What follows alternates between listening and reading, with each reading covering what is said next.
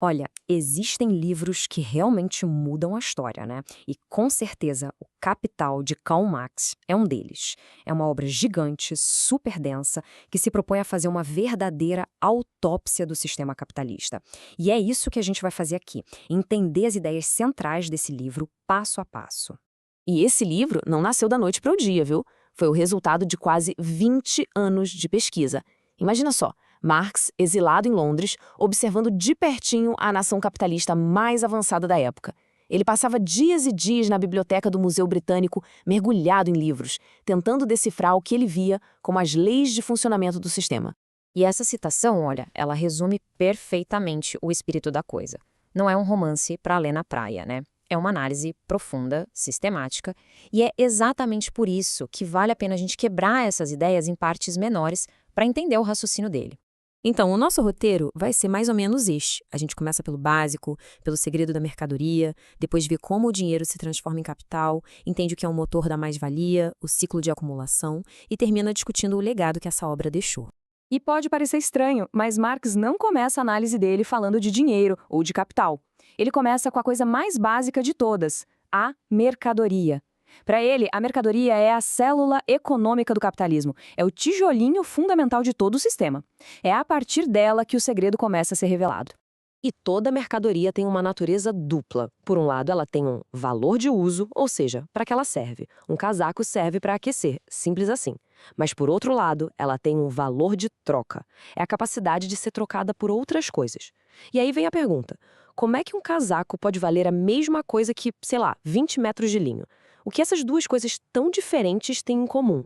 A resposta, segundo Marx, é o trabalho humano. Mas calma, não é o trabalho específico do alfaiate ou do tecelão, é o que ele chama de trabalho abstrato.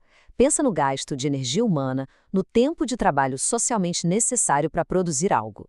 É essa substância em comum que permite que coisas completamente diferentes sejam comparadas e trocadas no mercado.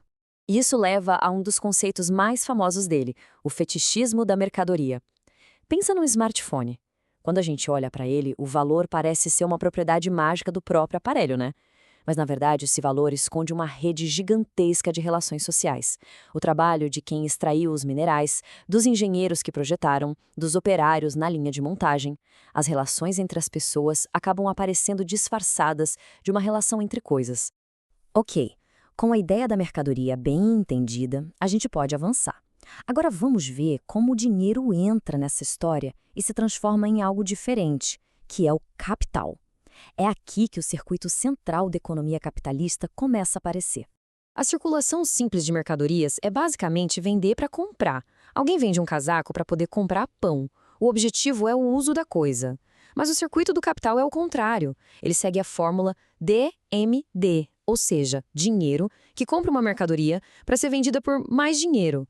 O objetivo final não é o produto, e sim terminar o processo com mais dinheiro do que se começou. E aqui está a pergunta de $1 milhão. Literalmente, se todas as trocas no mercado são, em teoria, justas, se tudo é comprado e vendido pelo seu valor real, de onde é que sai esse dinheiro a mais? De onde vem o lucro? Ele não pode simplesmente surgir do nada. A solução que Marx propõe para esse quebra-cabeça está numa mercadoria muito especial, a força de trabalho. O trabalhador vende a sua capacidade de trabalhar por um certo tempo em troca de um salário. O valor dessa mercadoria é o custo para manter o trabalhador vivo e apto para o trabalho, comida, aluguel, etc. Só que o uso dessa força de trabalho na produção pode criar um valor muito maior do que o seu próprio custo. E essa diferença, essa quantidade de valor criada pelo trabalhador que vai além do seu salário, é o que Marx chama de mais-valia. É um motor secreto, a fonte de onde brota o lucro e que impulsiona todo o sistema. Para explicar isso, Marx divide o capital em duas partes. De um lado, o capital constante, máquinas, matéria-prima. Essa parte só transfere o seu próprio valor para o produto final, não cria nada novo. Do outro lado, o capital variável, o dinheiro gasto com salários. É essa parte que, segundo ele, se expande, que cria um valor novo que vai gerar o lucro. E como o capitalista pode aumentar essa mais-valia? Basicamente de duas formas. A primeira é a mais-valia absoluta, que é bem direta, aumentar a jornada de trabalho. Se a pessoa trabalha mais horas, ela gera mais valor excedente. A segunda é a mais-valia relativa, que é mais sutil. É quando se aumenta a produtividade, com tecnologia, por exemplo. Assim, o trabalhador produz o equivalente ao seu salário em menos tempo, e o resto da jornada vira tempo de produção de mais-valia.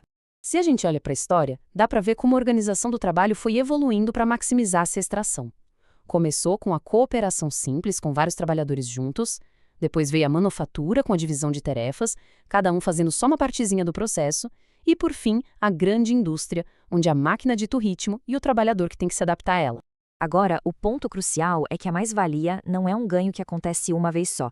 Ela é o combustível que é constantemente jogado de volta no sistema. Esse lucro é reinvestido para comprar mais máquinas, mais matéria-prima, contratar mais gente e gerar ainda mais-valia.